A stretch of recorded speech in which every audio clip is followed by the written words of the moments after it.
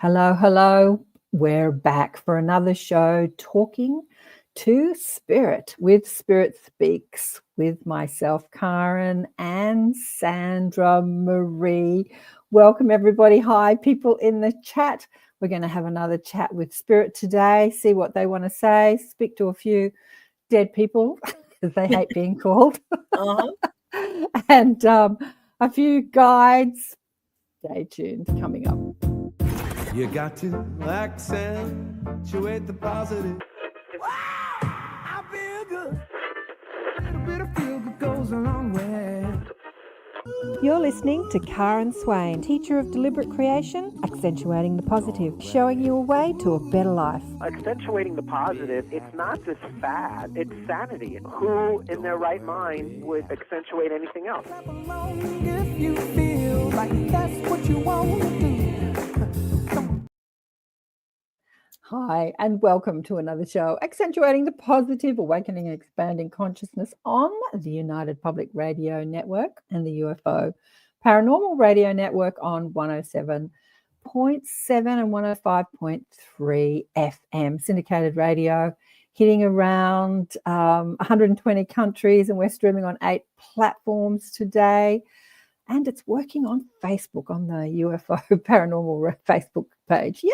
It hasn't worked for weeks on the Facebook page, on that particular Facebook page.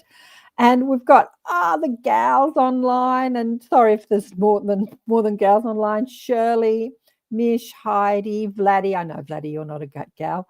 Much love to you all tuning in. So let me tell you what we're doing today. Let me introduce Sandra Marie. Welcome back to the show, Sandy. Thank you, ma'am. It's good to be here. We've been chatting already about all sorts of things.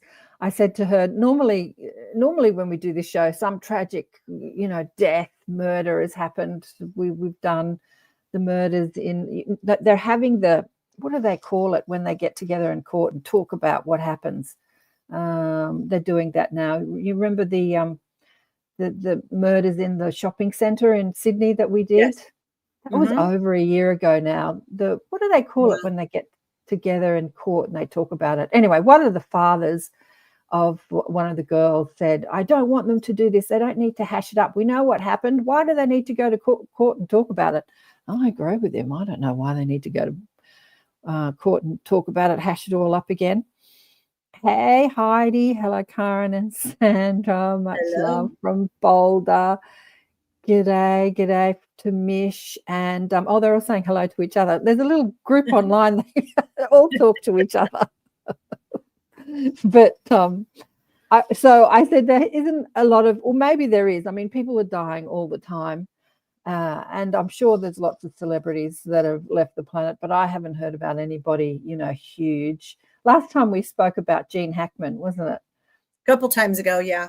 Yeah, was that a couple of times ago? And a lot has come out about him since then. Have you read the news?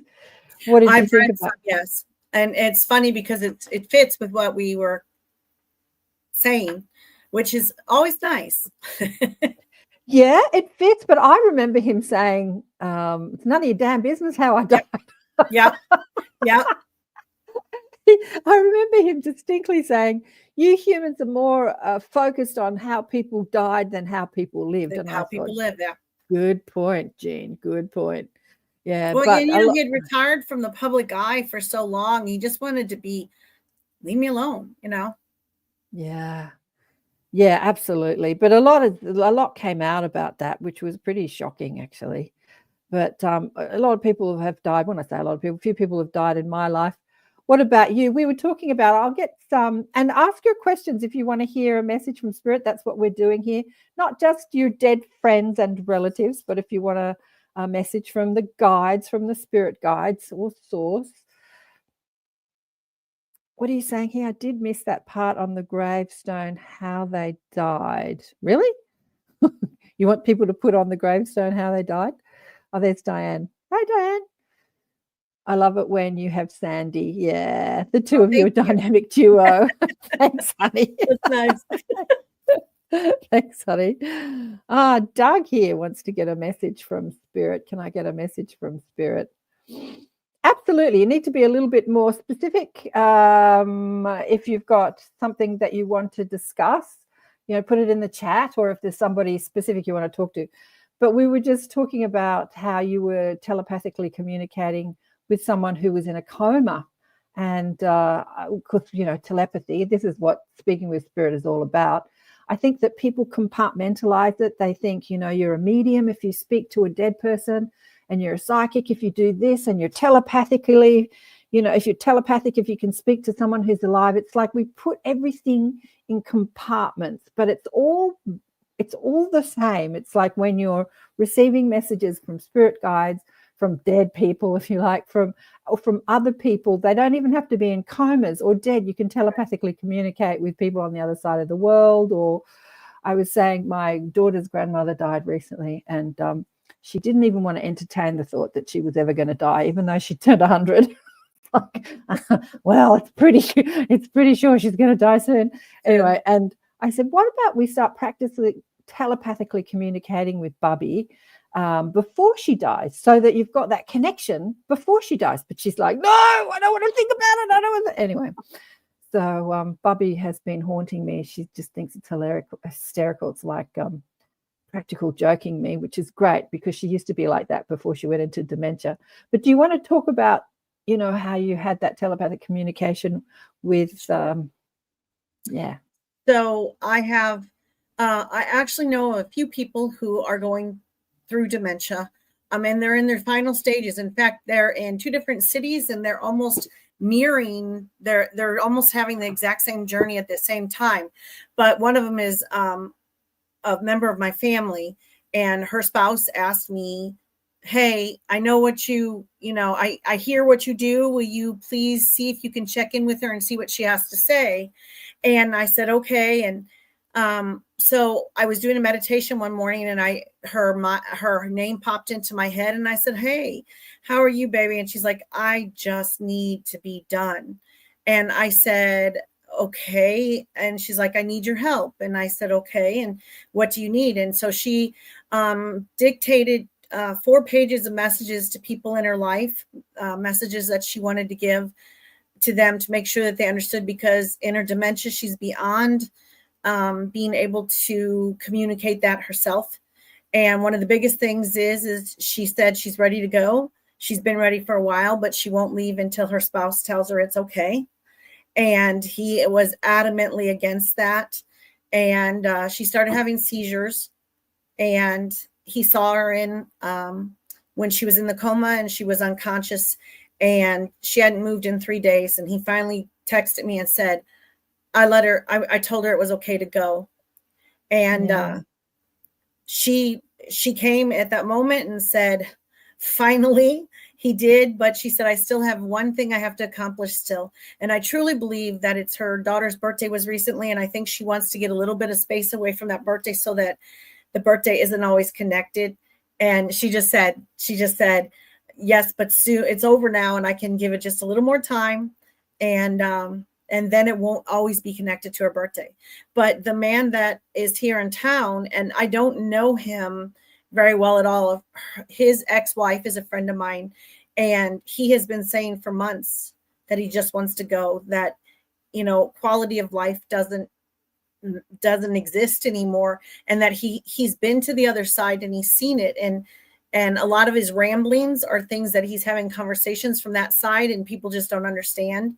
And so it's given his ex-wife some comfort to know that they don't have to feel guilty that that this has just gone on so long and everything. And he's saying that I don't have to feel guilty that I need to stick around for you guys. And so it's beautiful. And it's so strange, because at first I thought that if I'm a medium, I can only talk to people who have crossed to the other side. But that kind of went by the wayside when somebody called me and said, hey, can you tell me what my dog is saying? And I was like, I don't know. And I went and saw the dog, and sure enough, I could communicate with him. And that was when it was really sent home to me that a spirit is a spirit is a spirit, a soul is a soul, whether it's encompassed in a tree or a dog or a person or an ant. And as Exactly. long as the spirit wants to communicate, there's a way. Yeah, exactly. Have you tried telepathically communicating with people that, that are not in a coma or sick or anything, just like tried with your husband or anything like that? I have tried, and my husband actually said, do not even attempt it with me. But Doesn't he know that you know everything he thinks anyway? without telepathy, I pretty much know what he's thinking. But Yeah. but I have tried at times. My grandson is autistic, and I have spoken to him. He's nonverbal. And I've spoken to him, and we're half a continent apart. But and I did a past life regression with him. He's 7, and we got a complete understanding of why he's nonverbal now. And we're trying to break that generational karmic connection to that. And in a past life, he used his voice to try to change the outcome for a loved one, and it didn't work. And he vowed then that he would never waste his time. And that breaks my heart. But he vowed that if his voice wasn't strong enough, he wouldn't waste it. And so the woman that he tried to save in that lifetime, she's come through and asked him to please. She gives him permission to use his voice for good again. And so he has promised that he will when he feels like it.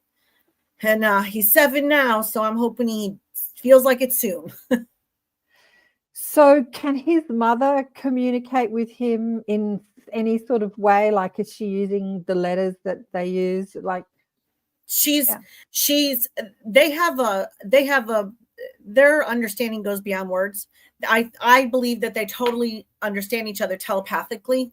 yeah, of course, yeah. And all she has to do is look at him, and she understands what he's thinking. And every once in a while she gets it wrong, but often he looks at her like, finally you get it, and stuff. And you can literally watch them communicate with no words, and it's beautiful. I just like to hear him speak. When he was little, he had this little baby voice. Why do you want to hear him speak? Because when we say, oh, I think Austin's thinking this, we use this deep voice. And when he does speak, he can say a few words. Like, I asked him to say hi to me the other day, and he's like, the last time I heard his voice, it was like, hi, Graham, and now he's like, hi, Graham. And you're like, it's a man, and he's 7, but he has a very deep, deep, deep voice. And I think of it as that's the last voice he used. But interesting. Yeah. It may just be the vocal cords, who knows? But I think it's all connected spiritually. Is it your daughter-in-law or daughter? Daughter. Has she watched the telepathy tape? No, I sent it to her after the last session that we did. What that? Anyway, Vladdy's saying time. Here. Yeah. Oh, she needs more time. I wonder if he was at the hill as well. So in the telepathy tapes, they call this place the hill, where they all congregate telepathically and have a party. They all, like they sort of hang out together and chat. And look, it's not a new concept. It's just that Kai Dickens and Dr. Diane Powell making it, so famous. They go viral. But 20 years ago, Stephen Simon and Neil Dawn Walsh made a movie called Indigo, which depicts this. But these kids were not necessarily on the spectrum. They were just psychic kids, that they all got together and telepathically spoke to each other. That, like, I call it the psychic internet. It's like they get on Zoom on the psychic internet and speak to each other and have a party. They didn't call it the hill back then, but yeah, it happens. And I had a friend living with me or staying with me at the time, and she was talking to these kids, and she was in the bathroom, and she's like, oh, I've got Sandra here, or I've got Joe here, I've got Diane here, I've got Bill here, I've got Sally here, and she's got all these kids sort of tuning into her. So it's amazing to see, to think what the world will be like when we're all telepathic. Imagine a world where everyone's telepathic, and we won't need the internet anymore to communicate. It's amazing. What are you saying here? Where did Doug go with his question? I asked him to be more, he said he wanted a message from spirit. And saying, not sure if you Are taking questions? Yeah, we're taking questions, but I have been asking my higher self why I have PLS and unable to walk properly, and it's been a challenge. Any insights? Ooh. Over to you, Sandy. Oh, sorry, I was waiting for you. Yeah. So it's something you signed up for. It's a lesson to learn in patience and challenges. I feel like in many times in the past, there have been either life has been easy choices for you, and you were unsympathetic to people who couldn't make easy choices. And therefore, in this lifetime, you went, okay, fine. I will learn from the direct approach. I will actually have to go through it. One of the things that they're telling me that you could do is accept that this is your situation and always keep working to improve. And one of the best things you can do for this is to say, okay, I get this. This is my thing. I'm not going to wish it away, but you can always, you don't have to like encourage. I mean, just the big thing is that you need to accept it, understand that it's what you've chosen to go through. And once you accept that that's the situation, I wouldn't be surprised if there was some kind of bettering, not necessarily easier to walk or something, but I feel like either your attitude or your situation about it will be improved. Absolutely. Acceptance is the higher calling. I don't exactly know what PLS is, but you say you have trouble walking, and I'm feeling like you've been immobilized. And what they're also saying is there's no coincidence that you're having this conversation with us.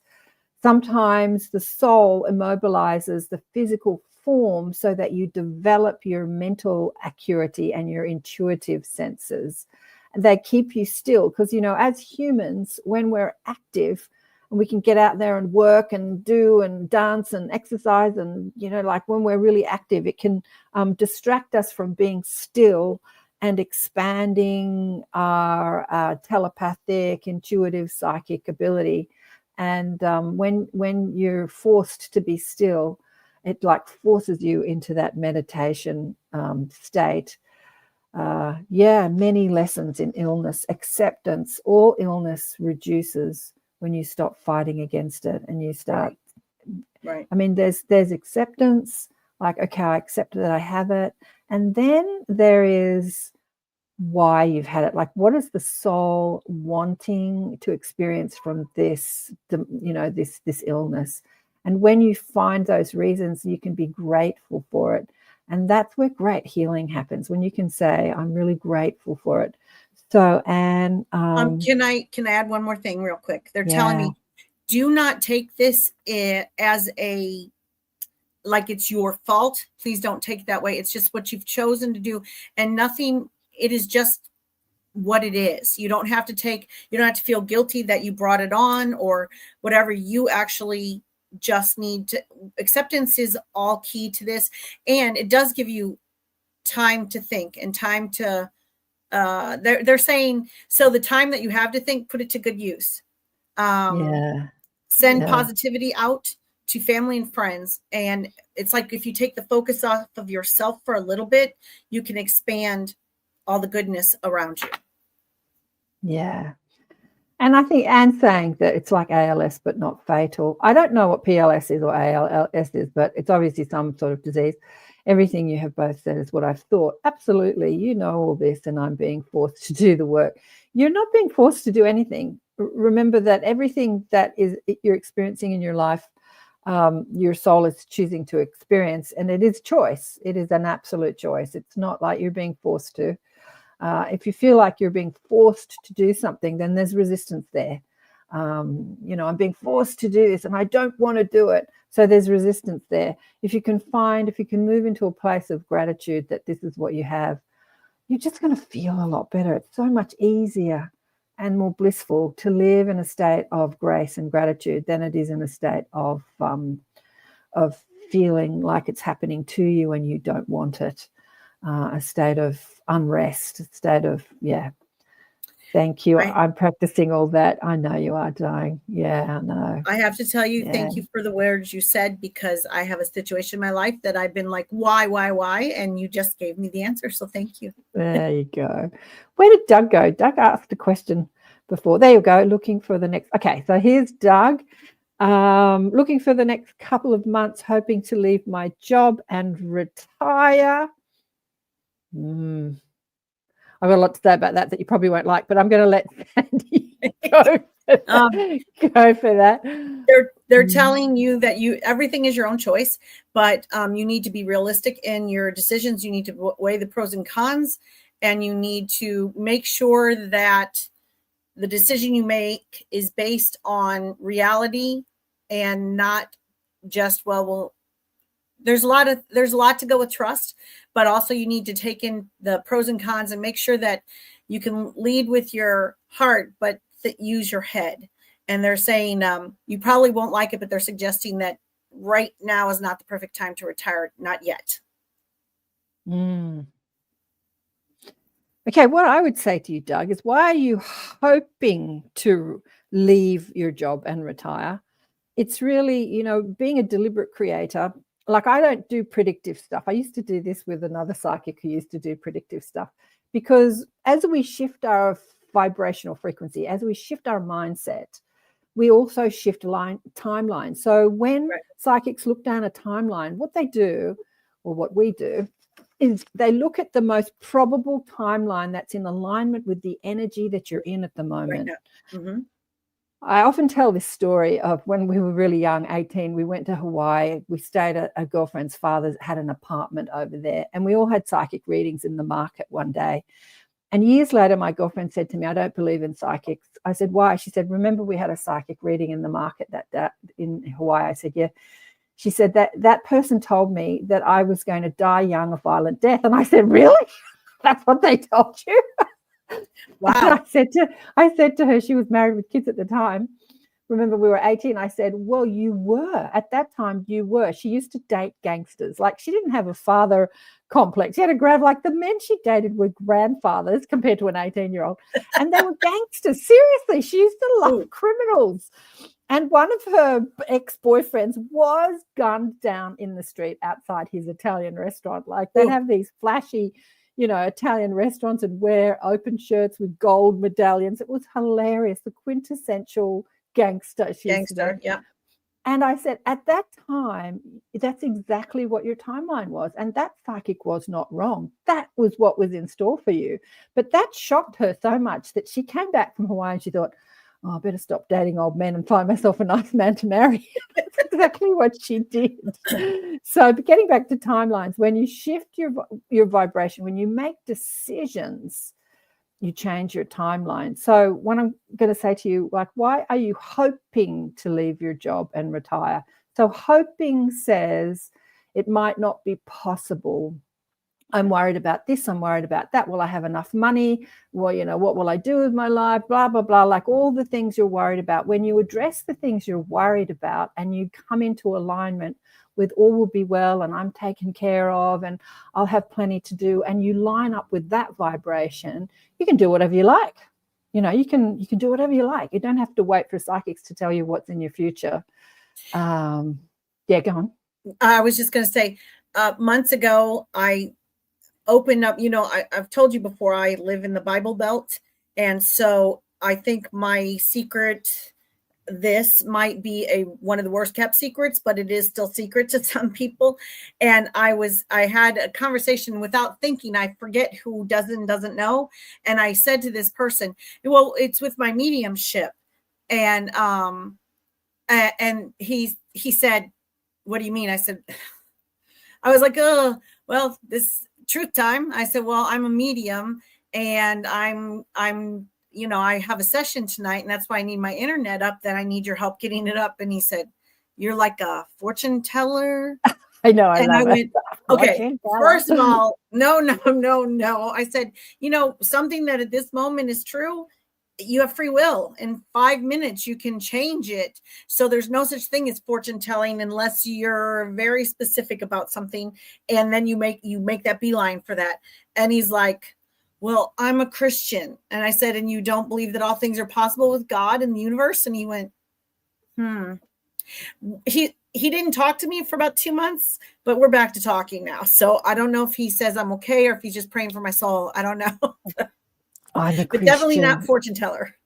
I'm a Christian. I made a comment on a YouTube channel. So there's a guy that's ex-military that has this podcast, and he speaks to a lot of whistleblowers. It's really quite a good podcast. I'm not going to mention his name. But anyway, I heard him say when speaking to somebody, he was asking somebody, what do you think about this UFO phenomena? What do you think about that? And he crosses his legs and moves over. And the guy says, oh, I don't know. And he says, yeah, I don't know about it either. All the people I speak to that believe in it, they're not Christians. And I'm like, what? You know, because he was pretty, as a military guy, he was like quite atheist, and then he became a Christian. And does that mean that when you start loving God more or thinking about God more, that you shut your mind down?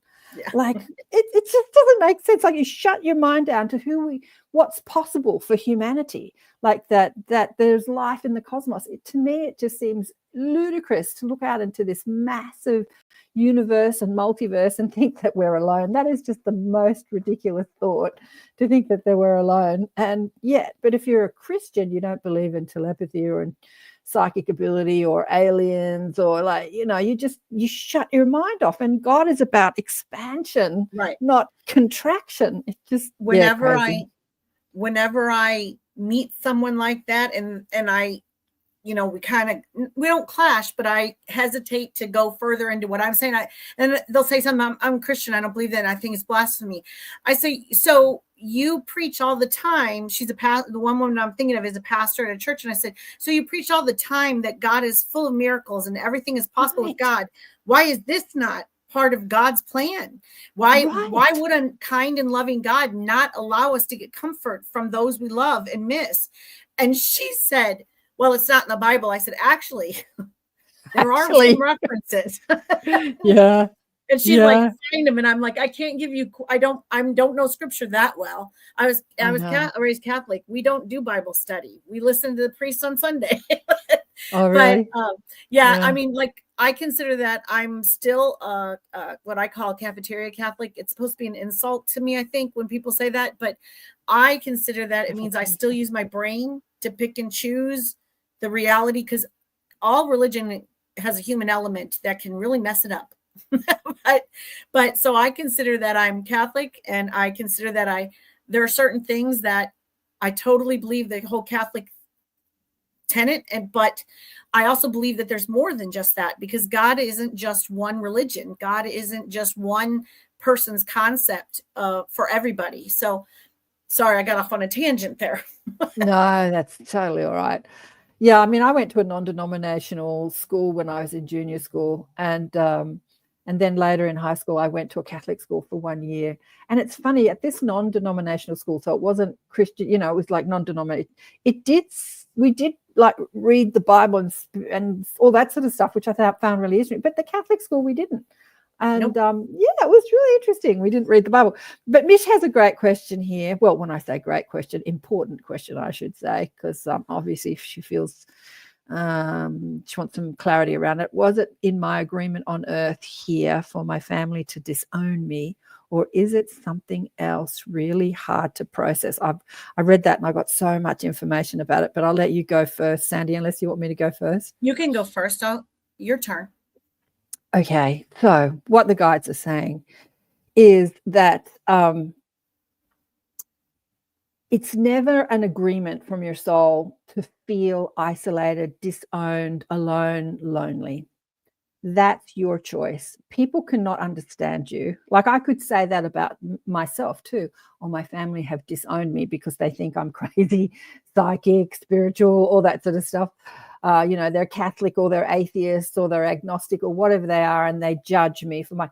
But I don't feel disowned because we have a different of opinion. Like feeling disowned is your choice to feel disowned. Mm-hmm. How people treat you is based on what they believe about themselves. So we were just talking about being indoctrinated by religion, and if it's not in the Bible, then it's not true. And people live their life like this, like millions of people live their life like this.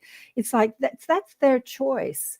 You don't have to feel disowned by them or separate to them, because we're all souls. We all come from the same source, choosing to have a physical life experience where we can cut ourselves off from the beauty and the love and the unity that is our source.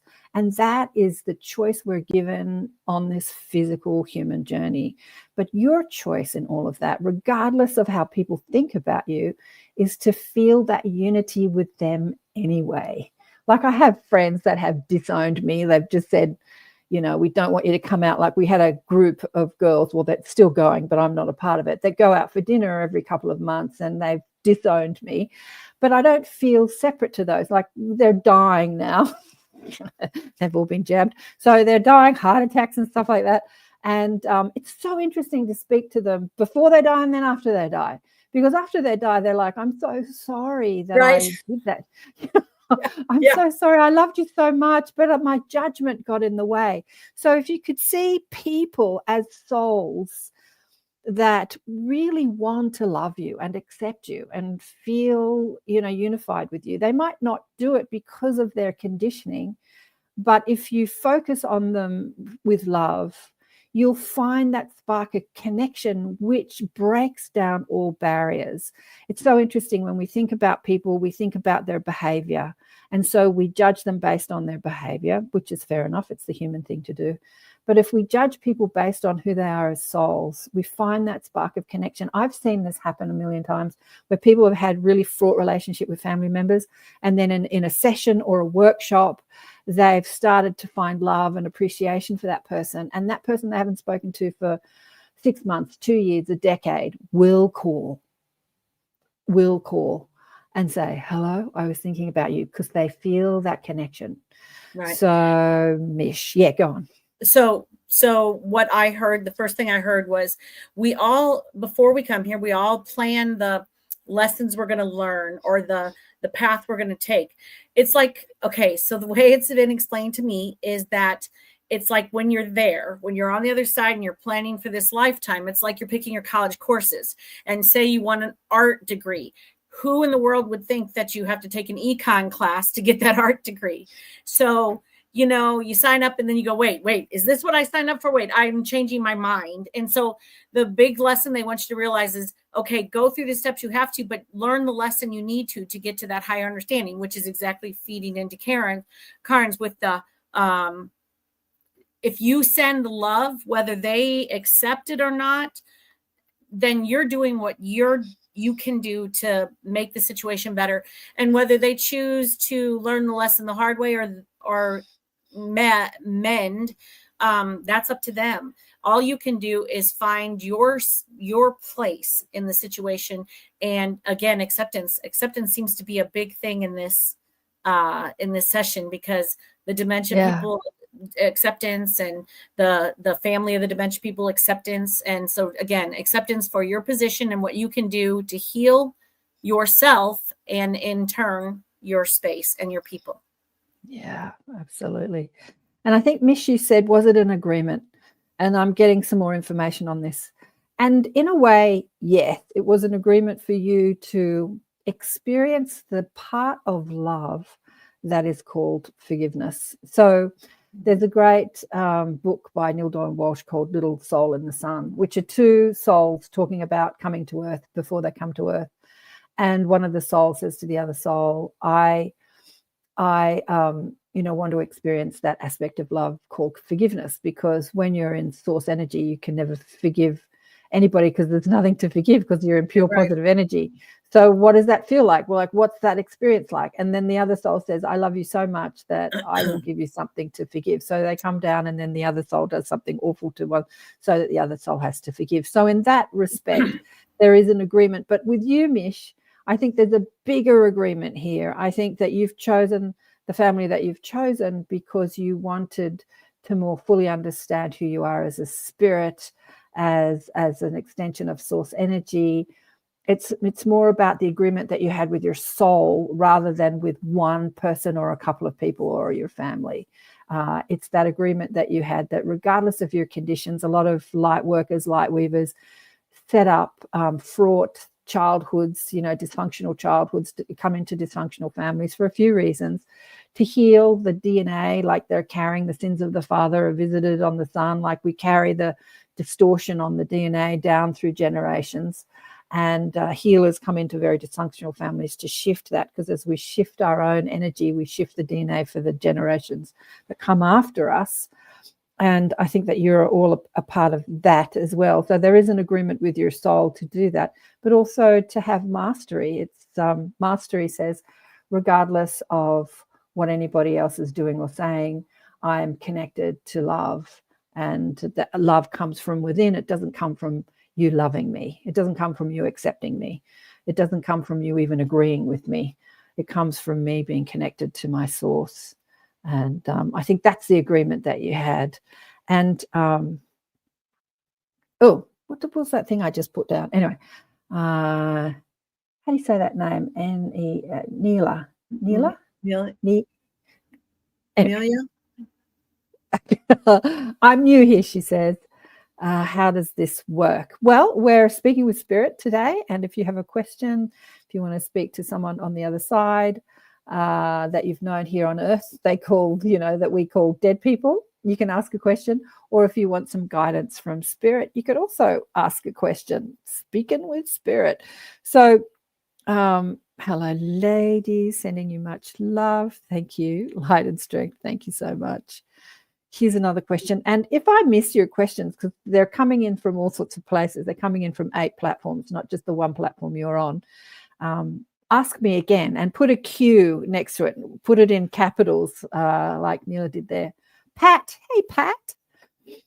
Is there something my higher self guides can share with me, the anxiety I'm experiencing when I walk?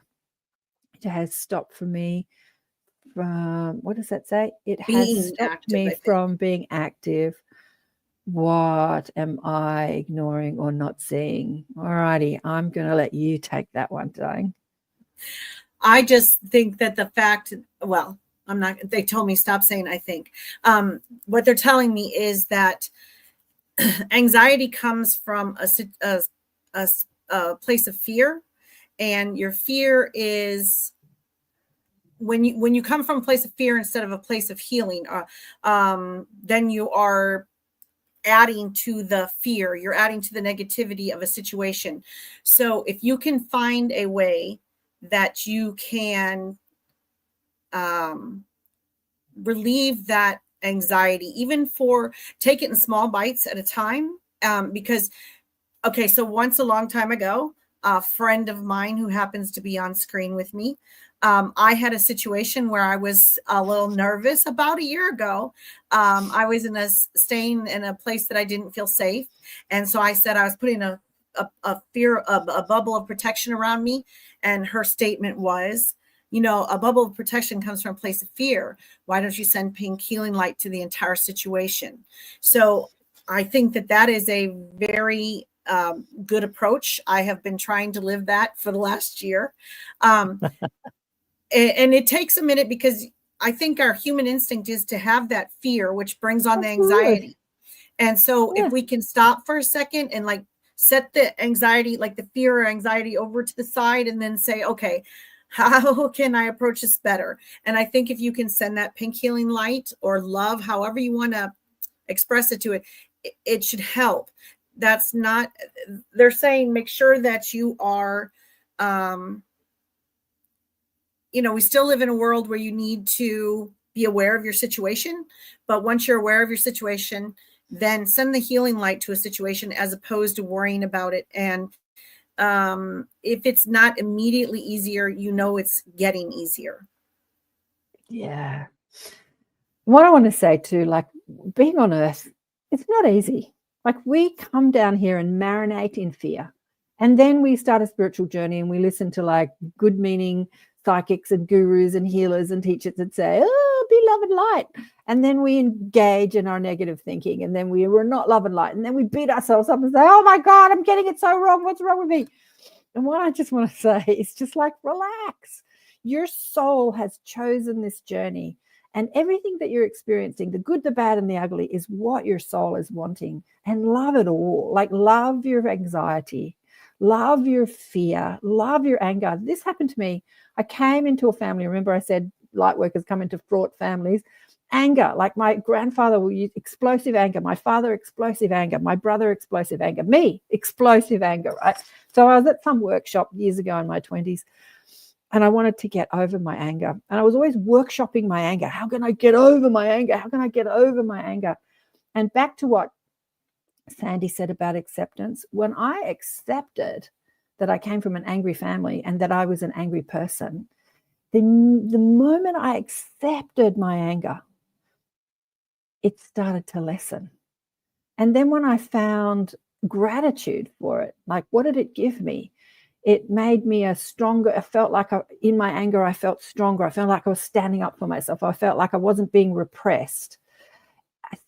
The moment I started being grateful for it, it just completely disappeared. Doesn't mean I never get angry. I still get, I'd call it pissed off more than angry, but I used to get explosive rage. It was just like on the DNA. My father was the same. My brother is still the same. He still has these explosive outbursts of yelling and screaming and getting red in the face and steam coming out of his ears. It's hilarious, but it's frightening when someone's like that. So yeah, take yourself off the hook. We've come from pure positive energy to experience the contrast this world affords, and love all of it. Like, I love my anxiety. I can't be anxious when I'm dead.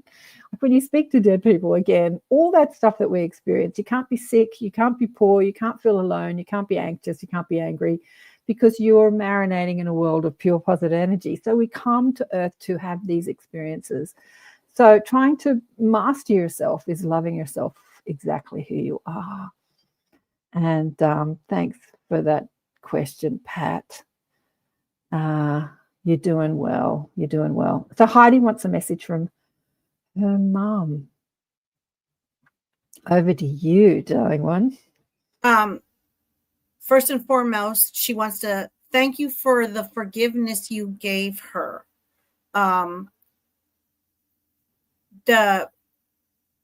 She had great guilt over certain situations in your life that she felt that she did not prepare you for, or that she did not prepare you well enough for. And she wants to thank you for still wanting to connect with her, even though she feels like she didn't always. She had a lot of issues in her own mind, so she didn't always put what should have been right for you to be the forefront, in the forefront of her mind. So she thanks you for the forgiveness. And she says, and maybe if you haven't come all the way to that point, she's thanking you anyway for the grace that you have given her. Beautiful and message.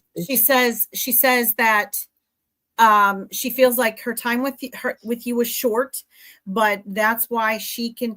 There's something to do with orange flowers or orange something that she says is a sign from her.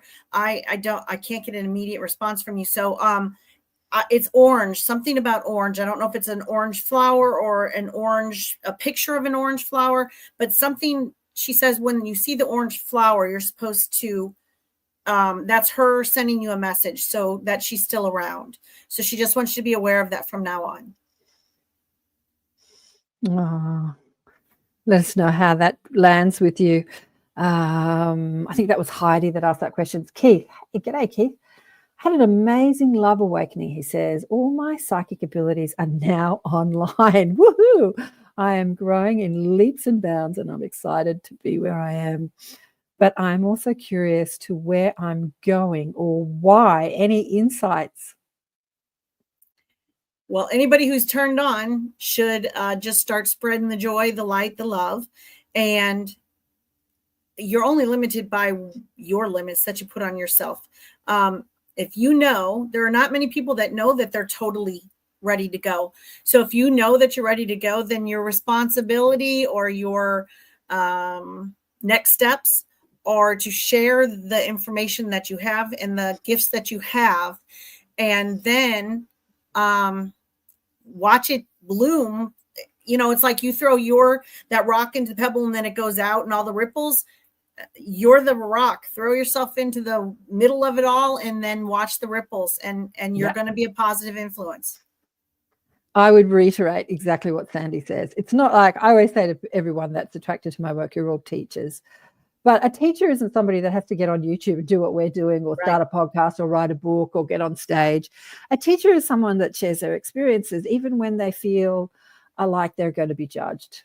And like Sandy, you said was it the electrician, I'm a medium, and he said, oh, I'm a Christian, that's terrible. Like, you shared who you were openly, and you weren't in fear, because we are moving, like the whole of humanity is in an exponential shift into a new experience here on planet Earth, where all our telepathic and psychic abilities are coming online.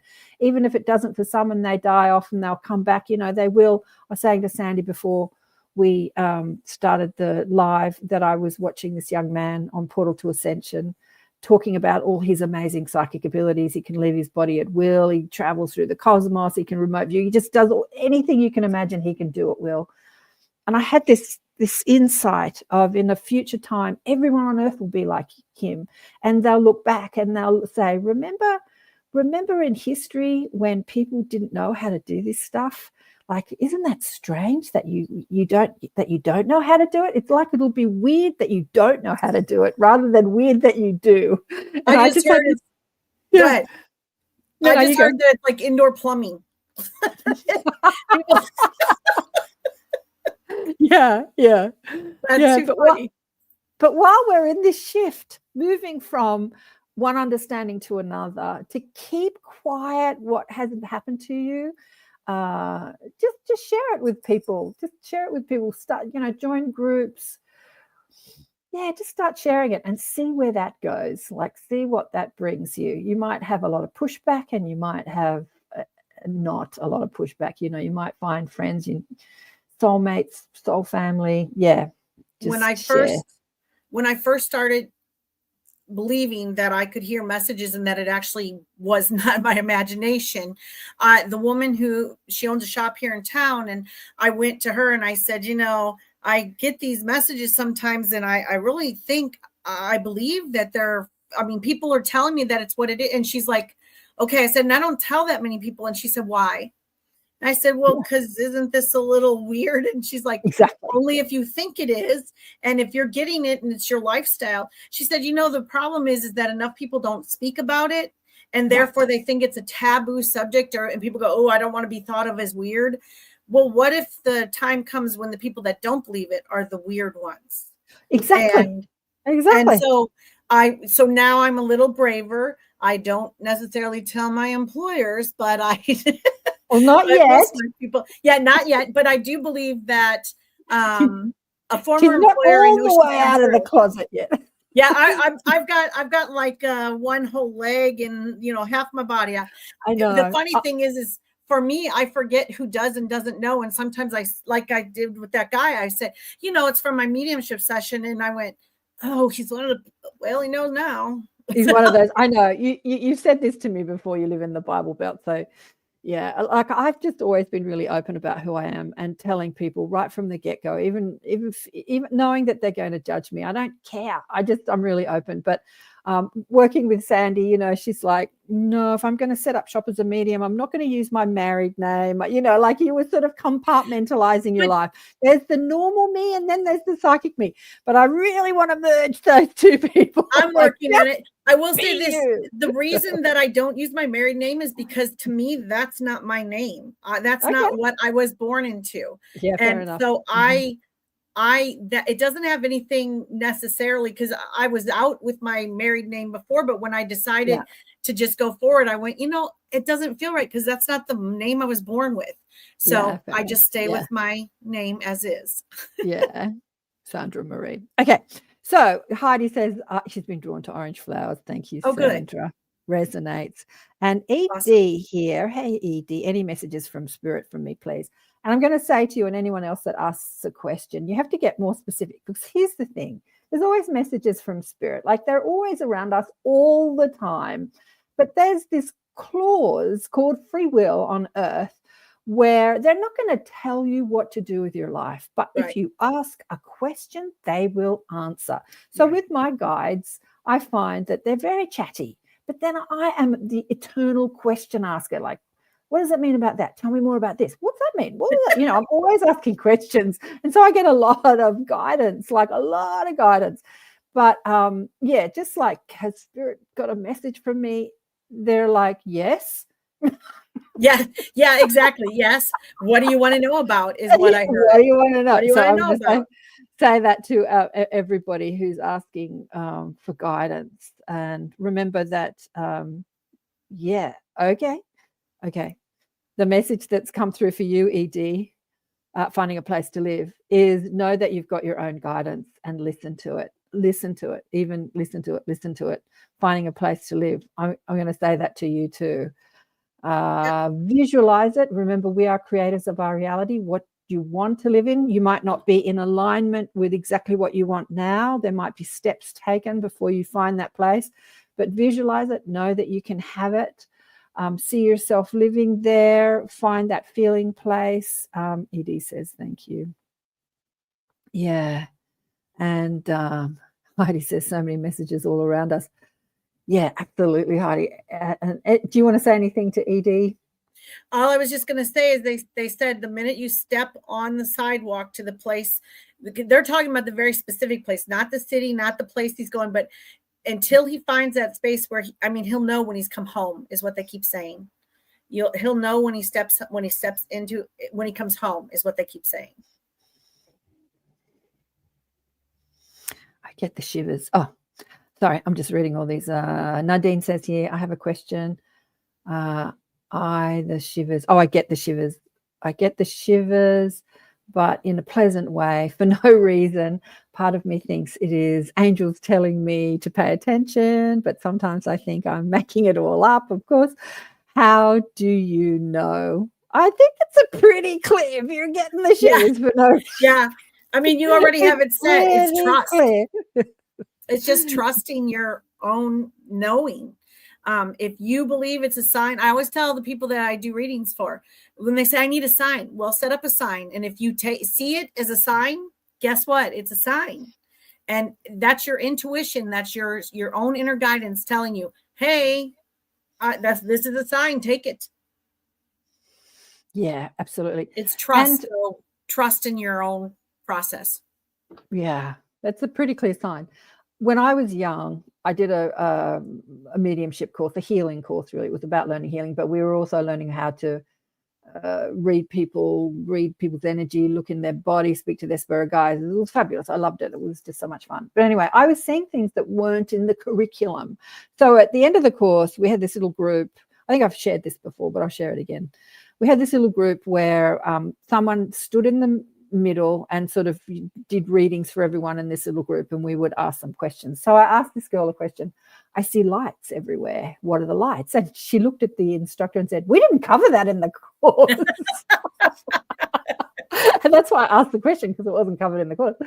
And I did know what they were, but I didn't trust it, and I wanted some confirmation. And so the instructor said, we have just spent, the weekend learning to speak to God. We would go up and speak to God and ask God for the answer. Don't ask me or the course to cover it. Just ask God. That was the vernacular that we were using. Ask God, or ask your guides, or ask the universe, or your higher self, or whatever you want to call it. So she goes, oh, okay. So she quiets in her eyes, and she comes to, she says, I'm not really getting anything except I just got this. Know that we're always with you. And that's all she needed to say. I just burst into tears, because I knew that they were like dead people, spirit guides, galactic. I knew that they were the mob, right? Showing me in my physical eyes that they're around me. Right. And they do it, it still happens all day, every day. I see lights all the time. And so what I do when I'm watching television, and I'll see a big blue orb floating next to the television, or a spark of golden light, it's a sign that they're there. I'll speak to it. So with your shivers too, speak to that. oh, what are you responding to? What thought did I have at the time that I noticed that? Right. Is there something that you want to share with me? And like, listen. Often when I'm watching television, I ask that question, oh, is there something you want to share with me? I'll get nothing. I'll just go back to watching television. But they're just there, you know, saying, you're never alone. We're here. We're all around you all the time. It's so cool. I had a friend who really she asked the same question for 2 years. Same question. Should I see with this man? Should I be with this man? Should I be with this man? Right. And her dad came through every time she asked a question about him. And he finally said, okay, give me a sign. Tell me what you want to see if it's a no. And she said, okay. And we live in the Midwest, but we're not in the country. We're not cowboys, right? And she said, all right, I need to see a cowboy hat, because she thought she'd make it really difficult for her father to tell her this is not a good idea, right? And she, later in the day, she went and she got a pizza, and she had to wait for it to be picked. You know, she ordered it at the thing. It was right after COVID. So she ordered it at the counter and had to wait for it to be ready. And she sat down, and there was a cowboy hat sitting right next to her. And she went, oh my gosh, no, that's wrong. You got it wrong. That's not a sign. And and you know what? It took her 2.5 years after he moved in to finally go, I think my dad was right. Oh, really? He gave you a cowboy hat in the middle of a city, girl. How much more could you ask for? Yeah, exactly. And Keith's come back to us and he says he can't keep quiet, lol. He's got to share. Because he was saying, you know, I'm getting all this stuff. Yeah. Somebody did ask, I saw a question. Oh, Desley, sorry, Desley. I saw another question. Mark Valentine. Hey, Mark, how are you? Sending love. Goodness, why be goodness, grace up. Somebody asked about love somewhere here. If I've missed your question again, pop it in. Desley, my friend here, what is he saying here? Has stage 4 cancer. Will she find peace regarding the outcome? Regardless of the outcome, yes. Regardless of the outcome. We're back to acceptance. It seems like a running theme tonight. The deal is that it was put in her place for her to find the peace that she needs to find. And therefore it may take her a little bit, but I've never known anybody. I truly have never known anybody who, once they've passed, and I'm not saying she's passing, I'm just saying that once they've passed, has said, no, I wasn't ready. You know, they always are like, you come to this moment of acceptance and it doesn't happen until you accept it. Now, I know moments of accidents and stuff like that are different, but with an illness, you have this moment of clarity at some point. And I think that's where they find their peace, in that moment of clarity. Mm. So I want to ask you, Desley, why are you asking this question? Because I think this question is more about you than it is about her. Like, who am I in her journey? How can I help her find peace? What can I say to her? Because I'm getting that she's not somebody that's so on board with this conversation. And, you could give her some healing, some health advice. Would that help her find peace? Probably not. So in regards to will she find peace, I got a very clear, while she's still incarnated, no. Eventually she'll find peace when she passes, but in this lifetime, no. So the question is, who am I around this? How can I help her? And I'm going to go back to what we told, was it ED or Keith? Just sharing what you know, like being brave enough to share what you know about life after death. It might still never give her the peace that you want for her, but it'll definitely help her in some regards. Just sharing what you know, that there is no death. I know it's not easy. I go to funerals and always say that I'm going to talk about stuff that I'm getting, and I don't. I went to a friend's father's funeral not long ago, 6 months ago, and her brother was standing up talking, and I got a very clear message for him from the father that I didn't share. I shared it with my friend, but I didn't share it with him, and I regret it now because I didn't work up, because I wasn't in that environment where I felt like it would be accepted. And I didn't know the brother, he lives overseas, he lives in the States actually, but the father sent a very clear message to him and I didn't go up and tell him, and I regret it. So I know it's not always easy. You got to be brave. But yeah, helping people find peace. Yeah, it can be scary sometimes when you know you're going to say something that you feel might be judged. Or Yeah. be, one of the things is you want to give comfort and you don't want to give stress. Yeah, you don't want to stress And them out so, more. Yeah. You worry about that. That's why I said anybody who's crossed over, I've never heard anybody say, no, I wasn't ready. It's just that you realize that, and in that moment of clarity, whether it comes after you've crossed over, a lot of the people I've talked to say, I didn't go through that last trauma. My soul had already left the body. So Yeah. their acceptance, their heart may still be beating on this side, but their acceptance, they've crossed over. And some, Yeah. I actually met a soul who's like, no, I'm not even happy I died. And you're like, oh, and I love when they go, now do something with that for me. And I go, oh, okay, well, what do you want me to tell your loved one? You want them, and then it gets to, but many of them say, I'm sorry that I got cheated out of the time with you. But I had that one lady that came through and said, no, I'm still not happy I left. And I was like, do you want me to tell your family member that? She's like, no, tell them I love them. And da, da, da, da. And she gave us specific instructions on where to find a letter she'd written, which was good, but it was not that angry part. So, I've only met one person who was mad still. Well, Or soul. you're speaking to the personality. Obviously, they're donning the personality, right, not the higher self. Yeah, and people are never unhappy that they're dead. What they're unhappy about is that they didn't fulfill what they came to do. Right. There's a frustration.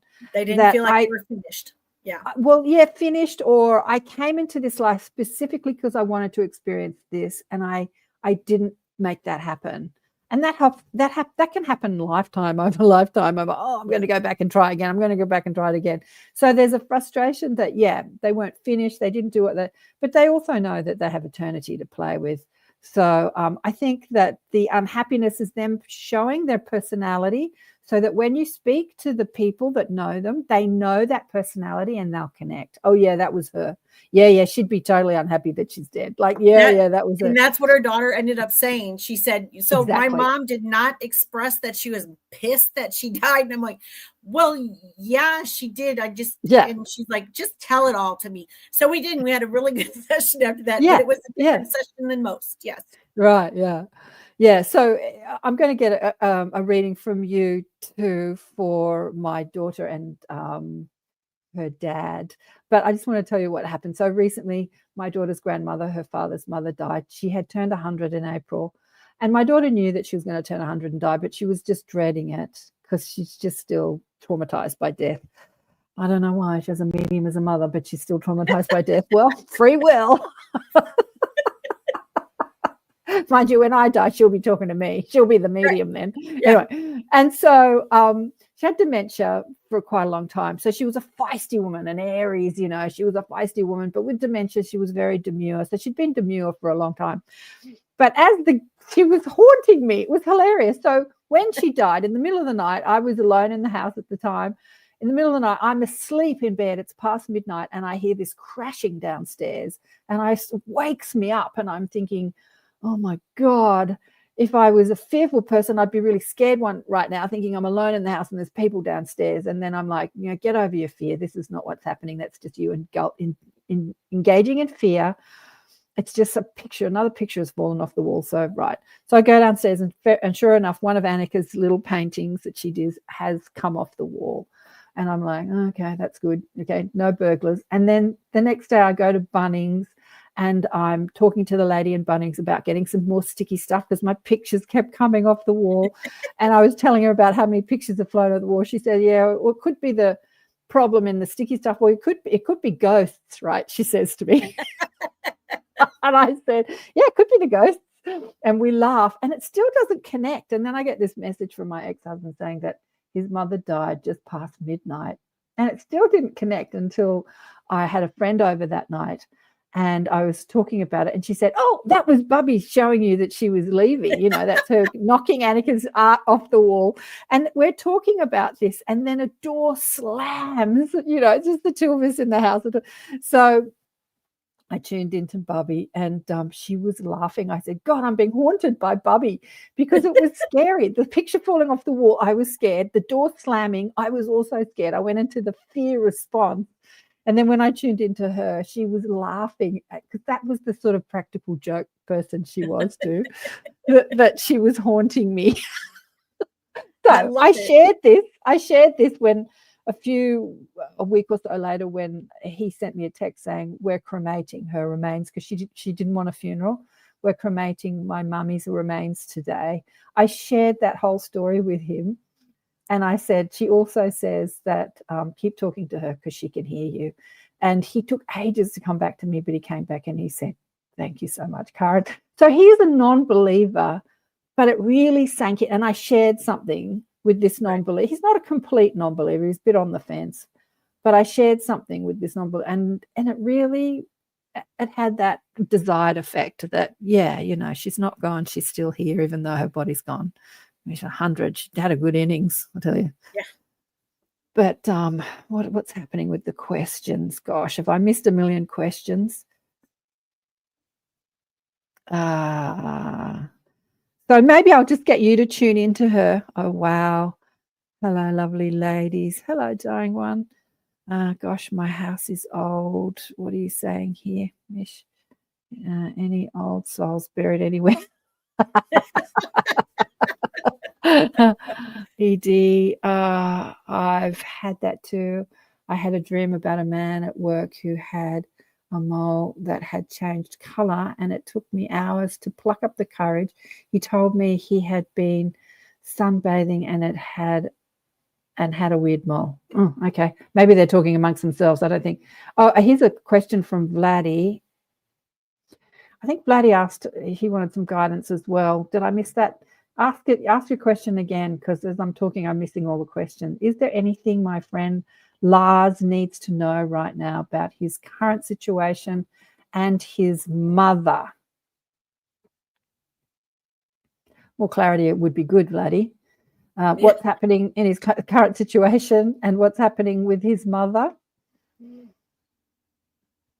When the question came through, I just got hit in the back of my head.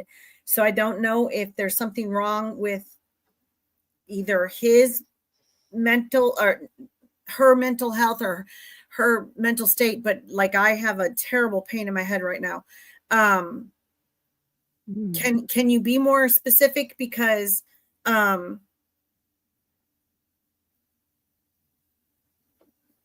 it's strange because I have this fuzziness around the situation. So that doesn't always happen, but whenever I get hit in the head, I feel like there was either an accident or some drastic change of the circumstances. All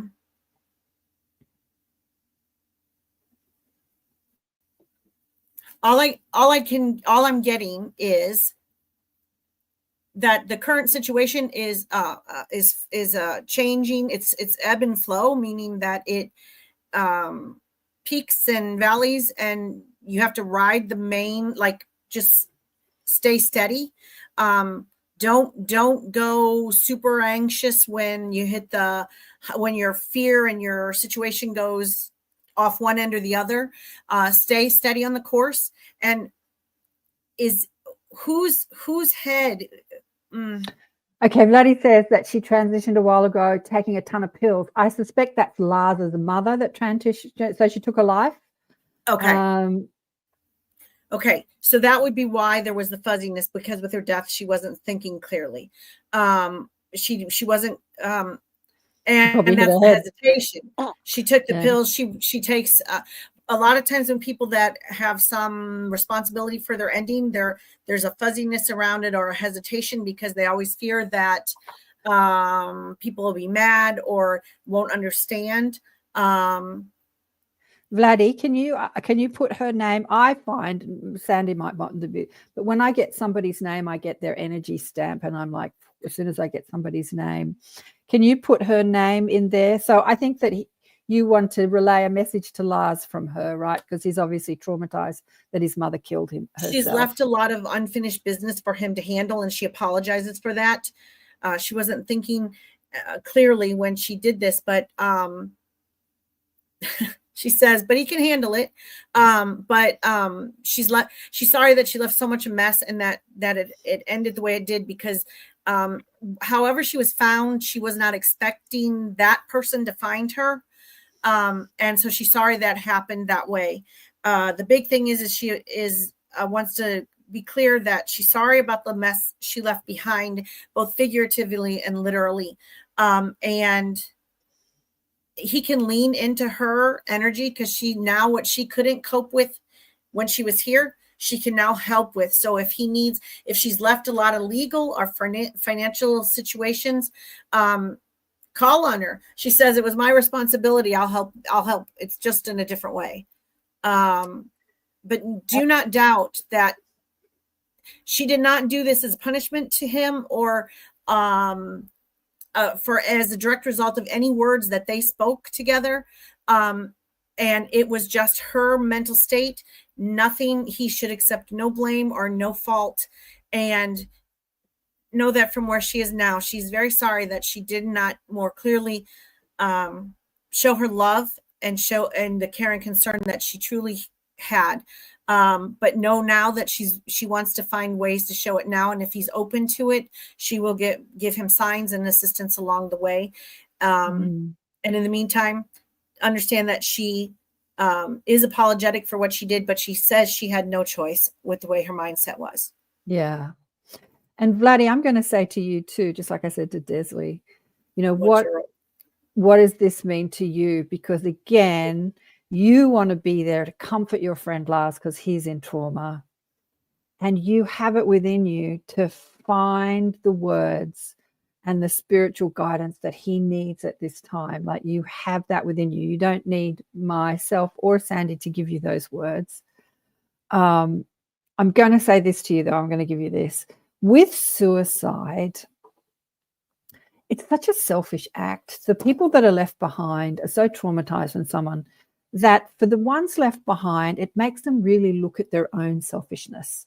So if I've been so hurt by the action of somebody else, how can I not be that selfish? How can I not hurt somebody like that? So there is a spiritual lesson for him in that, that will make him feel less selfishly self-focused and be more giving, like after he overcomes his trauma. But as I said, I want you to tune in, because you know how to do this.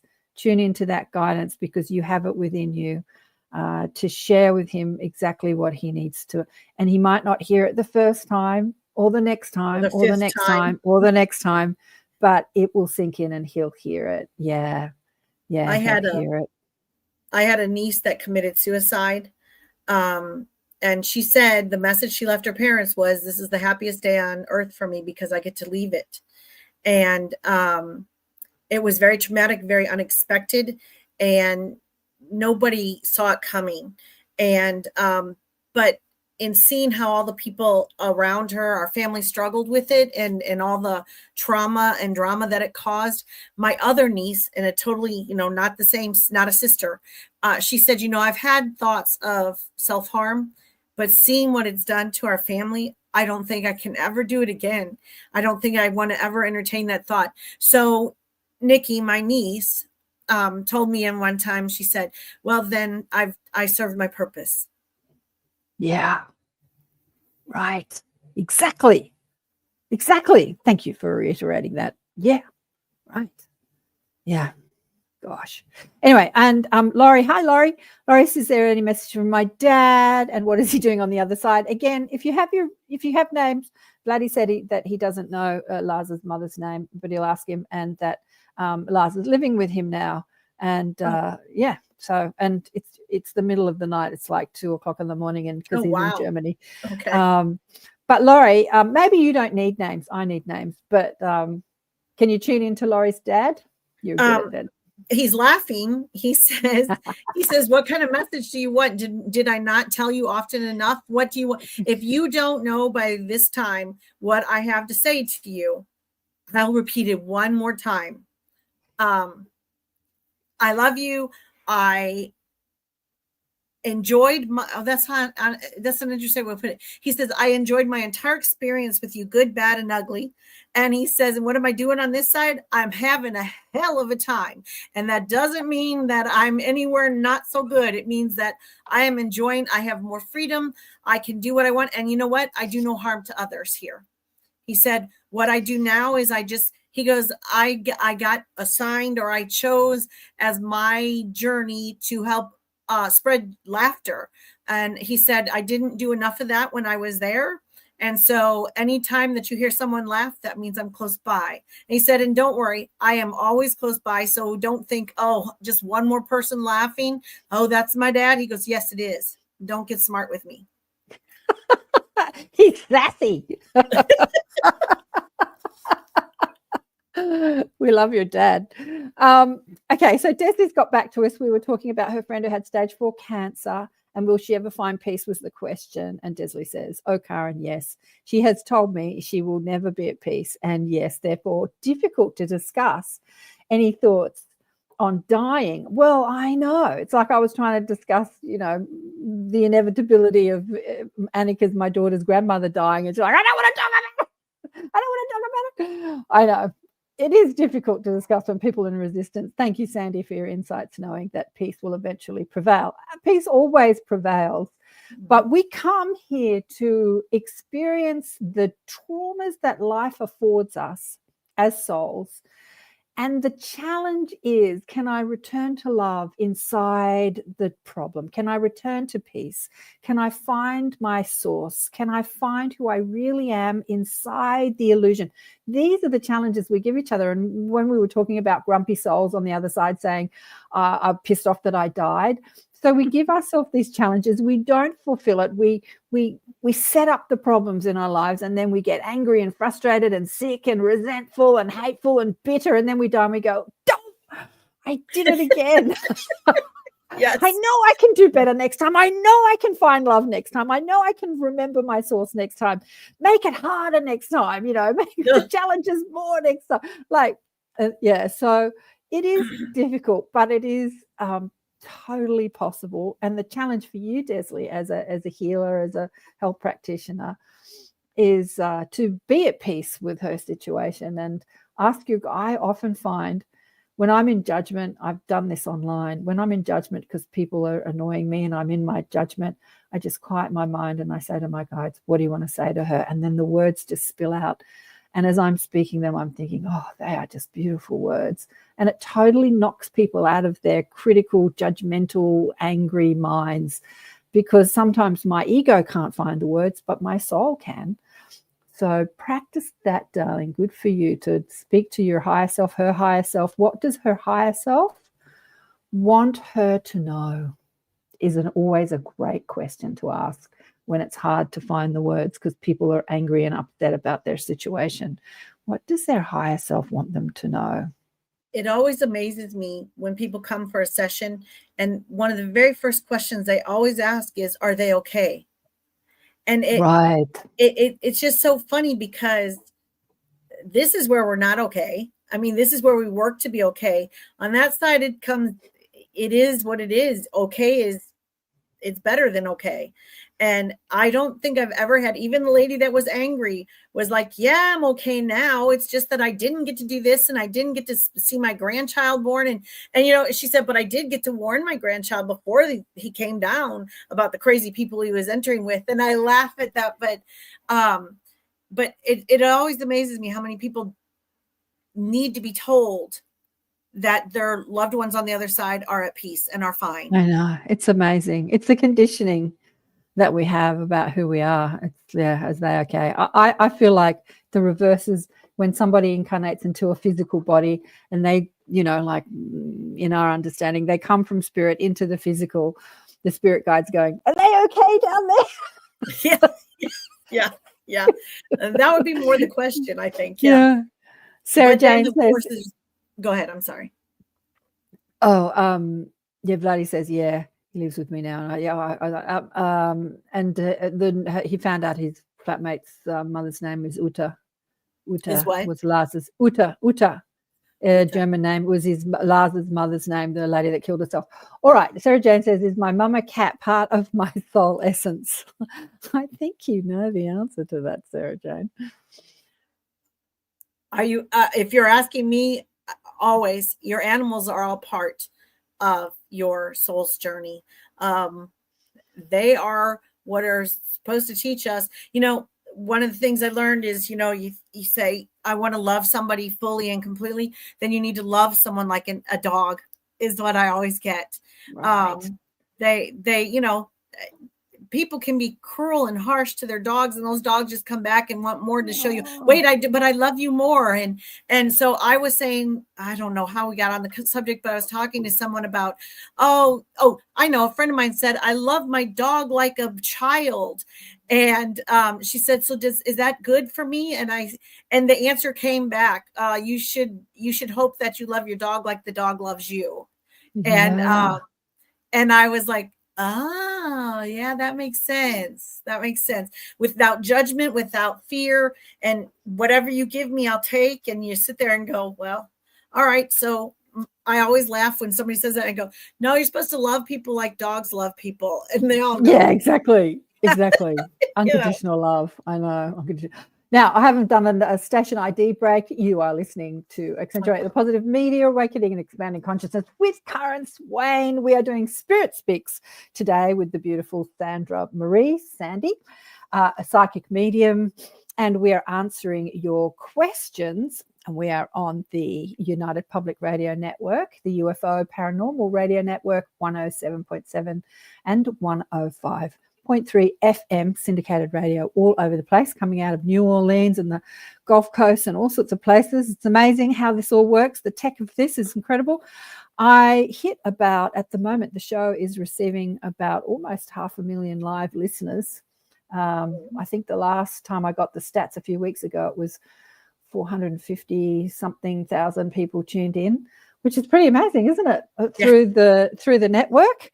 And we're on, we've got quite a few people online asking questions. Sorry if we haven't been getting your questions, but we've got 10 minutes left actually of the show. Hasn't that gone quickly? It went so quickly. Yes. So, thanks, Laurie. She gave $5. Thank you. Oh, that's so nice. I never get people donating money. It's great when people do. Thank you so much. I didn't know you could do that. How to get, then you can do super chats and stuff like that. I haven't actually figured out how to get the money from YouTube. I'll have to figure that out. But hardly everyone ever donates to me on YouTube, so there's only probably about $20 in the account. Charlotte here. Can you feel any energy with the name of Robin or Stephen, deceased loved ones that I miss beyond measure? I'm getting Stephen right away, and Stephen is telling me, is saying to ask you to please continue to do the things you would have done with him, because he can do whatever he wants, but if you do it, then he can experience it with you, which enhances both of your experience. He said, don't quit enjoying what you all did. And I feel like there was a group of you that did it. I don't know if it's like,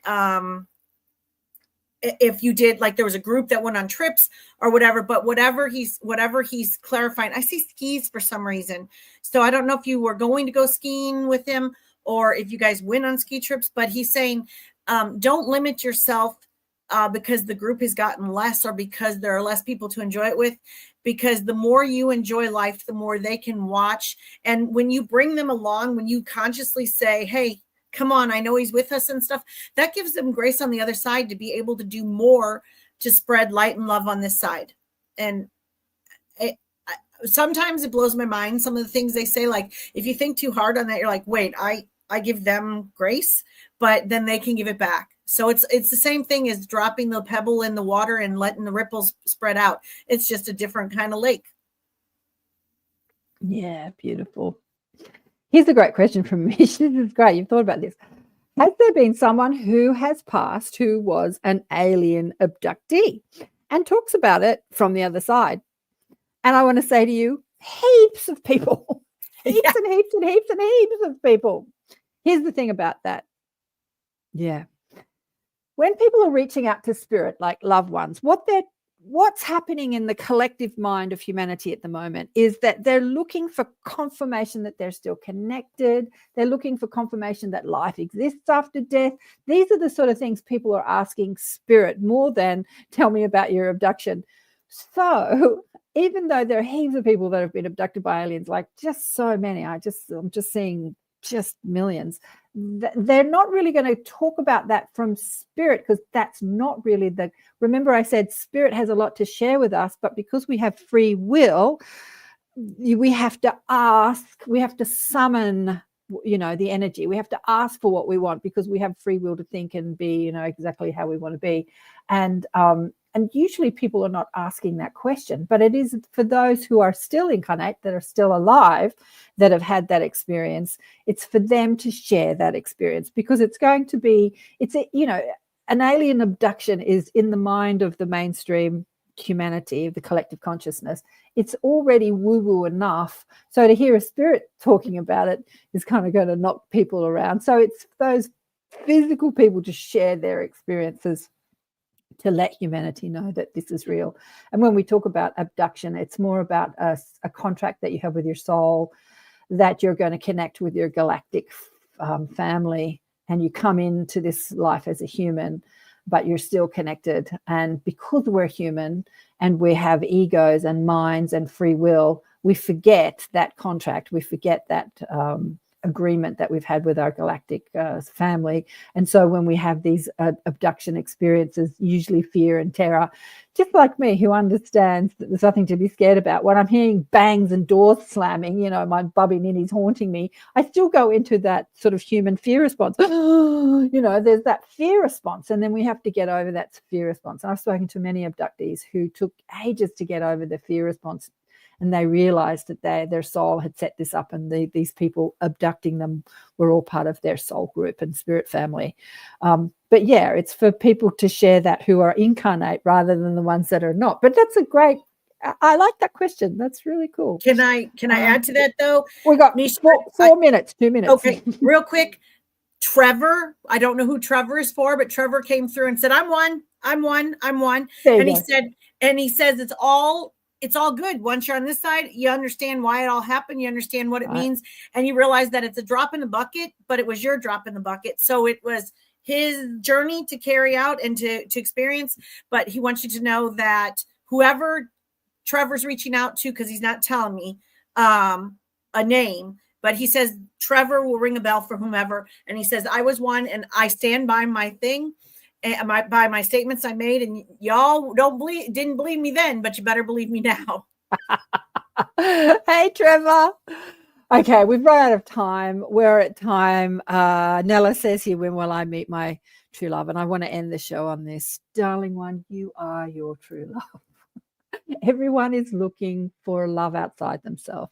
Love is within you. When you fall in love with yourself, and when I say yourself, not only who you are as a soul and a spirit, but who you are as a personality and an ego, and your conditioned thought forms, and all your fears and all your loves and all your anxieties and all your panics and everything about you, when you fall in love with the wholeness of who you are as the human that you have designed, because remember, the higher self designs your ego and personality. You choose the family that you come into. You choose what you inherit on your DNA. When you fall in love with all of that, someone else will fall in love with that too. But you don't need that love outside yourself to feel love. Feeling love is feeling that connection to your source. And really, that is the journey here on earth. We partner with people here in this physical dimension because we feel like we need support in this journey. But usually those partnerships can turn into, like, you know, more trauma than they're worth. But everyone's looking for love in all the wrong places. Love is within you. And when you fall in love with every aspect of yourself, there will be someone walking beside you that will fall in love with all of it too. You put out that energy. Yeah. So we've got to go. Thank you, everybody. And Mish says thank you. And thanks again. Was it Laurie for the $5 super chat? Thank you. And if anybody else wants to put in super chats, please go ahead. Yeah, Laurie says that she just worked out how to do it. I know. I didn't even know if I had that turned on. I have to have a look at that because I never watch my own shows. But I know that it is turned on because, we've had the channel for ages. And if you want a mediumship reading from Sandra Marie, go to sandramariemedium.com, right? Yes, and in the link, you'll see under the shows, there's a link to my website where you can see all Sandy's other shows that we've done together and Sandy's links there. And if you want some guidance from my spirit guides or your higher self, or to know who you are, why you're here, and, to sort some stuff out, go to karenswain.com and send me a message and we can set up a time for you. And thanks again, Sandy. This was so much fun. Thank you. I had a great time. Thank you so much, and love to all. I appreciate the questions. It was great. I especially like Trevor. Yeah, thanks everybody for your great questions. It was fun, wasn't it, Pat? It was really cool. It was really, really cool. Thanks, sweet Mish. Thanks everybody for being online. Great show, ladies. Thank you. Got to go. Big love to all of you, and we'll do this again in another couple of months. I'm so booked out. The shows. I've got to remember to find time. It might be September or October, I think, until we can do this. But Sandy and I have to work out another. I wanted to do them monthly, but just so many people want to come on the shows.